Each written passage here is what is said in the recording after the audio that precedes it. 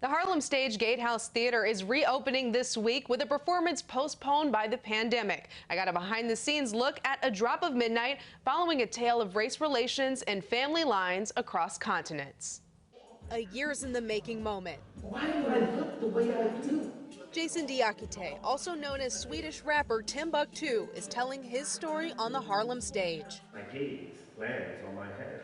The original premiere date, March 30th, 2020. That's one of the many blessings with the pandemic postponement, is that now Jonathan McCrory is directing, which I'm very, very excited about. Diakite's memoir, A Drop of Midnight, has evolved beyond the page. We have the speaking lines. Director Jonathan McCrory aims to bring the audience into a transformative performance. What is the takeaway from this set? Yeah, I mean, the desire is like really trying to make like a unplugged session. Those unplugged notions where we get to sit with an artist, witness their truth, and feel their performance from a different vantage point. Timbuktu had chart-topping success as a pioneer in Swedish hip-hop. He first started rapping in 1989. My cousin from Brooklyn had come to live with us in Sweden, and he brought his tapes with him, and he embodied hip-hop very much. It is a culture. It is a culture, and I was the first rapper in my town. That's, if anything's going to be written on my grave, on my tombstone, then that is it. And that's a title I carry with pride. His career took off. It just felt like I had found my calling. But despite his following, Diakite still felt like he didn't fit in. Sweden is known as this place of peace and acceptance of all different types of people. What does racism look like in Sweden? It's different. Oppressive structures exist in Sweden as well. However, they can't compare in forms of how brutal and murderous those structures are in other countries, including this one. Sweden is also a country with a very clear identity of being one people, of one culture, also meaning of one color.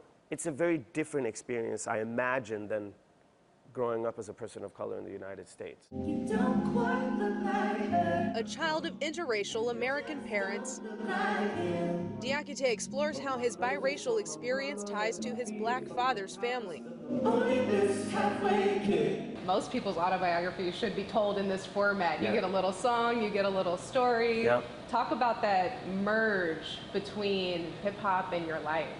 That's very interesting, because that was my main motivation with writing the book, to follow my roots back to its source, and that source is Allendale, South Carolina. Diakite's performance traces his ancestry through Harlem. Foolish dreams in America? He held his first musical reading of the memoir here at fellow Swede Marcus Samuelsson's Red Rooster. I really had a strong urge to write music, to get back on stage, and my dear friend Eric Järpe told me that he had composed some music to the stories of my book.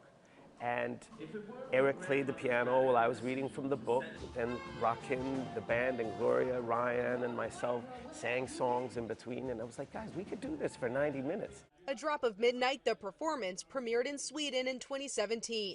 Harlem Stage decided to invest in a reimagining for an American audience. Forget your dream. The Waterworks program at the historic Aqueduct-turned-Theater House had an extra 2 years to evolve Diakite's story further, with McCrory at the helm. It's been quite beautiful to witness Harlem Stage invest in this work in this way for 3 years. I mean, the pandemic kind of did a detour for so many arts institutions where they weren't able to make moments like this occur. And this is like a pinch me moment, to be honest, and hope it inspires people to want to call and respond to the African tradition, want to actually lean in with curiosity and actually help to feed and pour into Jason so that Jason can feed and pour into us. It's all about the energy. It's all about the good energy. If artists aren't bringing the kind of cognitive, positive energy into space, we're not doing our job right. Hers read Africa. Take a journey through Timbuktu's timeline for 1 week only.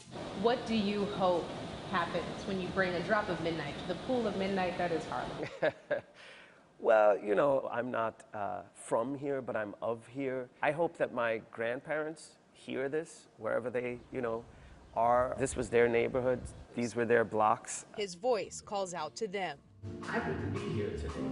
A Drop of Midnight premiered last night at Harlem Stage Gatehouse. Performances run through Saturday the 11th.